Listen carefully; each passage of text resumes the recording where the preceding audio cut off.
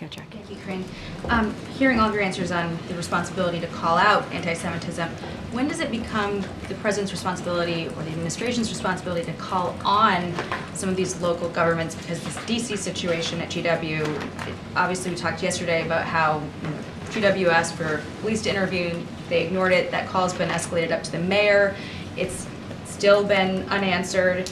The president said today that, hate speech, acts of violence, vandalism against the law. Yeah. And you have an encampment that we could literally walk to from here where you had protesters who the university has said may not even be affiliated with the school, carrying out a mock trial, calling for beheadings of school leadership. So at what point is it the responsibility of the federal government to call on some of these local entities to take action? So when it comes to local entities, it is up to them to take whatever action that they deem is necessary. We're talking about colleges, we're talking about universities. It is up to them to decide on. We've been very clear. Wait, that's where we are. We've been very clear on that. When it comes to taking action, you're talking about a president who moved forward with the first ever U.S. national strategy to counter anti-Semitism. He has taken action. We're talking about more than 100 new actions, and then on top of that, when he first announced it back in May of 2023, we took some actions today, and so. We're going to, and when we talk about actions, we're talking about the Department of Education, we're talking about Homeland Security, we're talking about a whole of government effort to deal with what we're seeing, this uptick that we're seeing in anti-Semitism. So there are 4 pillars of that. We're going to continue to take actions on this. We're going to continue to work with I talked about the Department of Education, Secretary Cardona sending out letters to his colleagues, and in that we have said to them if there are trainings that they need, if there are assistance that they need, we are willing to work with them.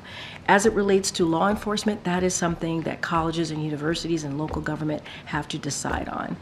But we've put forward something that no other president has ever done, because we see what is happening with anti-Semitism. We see that it is something that this president needs to speak to and act on, and we've done just that.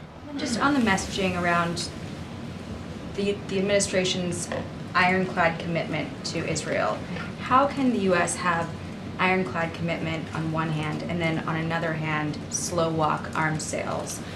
I mean, the president said that the supplemental was imperative, and now this. How do you square that? So I'm not going to speak to the second part of your question. I just said in earlier answering to one of your colleagues, not going to speak to cases, and as you just stated in your question, our commitment to Israel's security is indeed ironclad, and we prove that. We prove that in getting that supplemental done. That is going to be incredibly important to Ukraine, to Israel, to making sure humanitarian aid gets into Gaza, gets to Sudan, gets to Haiti and other places across the globe that need that humanitarian aid. All of those things are important. 2 things could be true in the sense of having those conversations, tough, direct conversations with our counterparts in Israel, the president having his conversation with his counterpart, obviously the prime minister, and making sure that citizens' lives are protected, and getting that commitment. So 2 of those things could be true. I'm not going to speak to your question about arms sales. I'm not going to speak to that. I'm not going to speak to cases, but I will continue to commit, and the president's continue to commit, as you heard from him today in his speech, that his commitment to Israel's security is ironclad. If you talk to us about it, will you commit that the administration would answer to Congress about this question of the arms sales? Will administration officials answer questions from lawmakers? That's up to Congress to decide on how they want to address any questions that they have with us. I have not seen those requests. What I can tell you is our commitment to Israel's security is ironclad, and we've proved that. We proved that many times over and over since October 7th.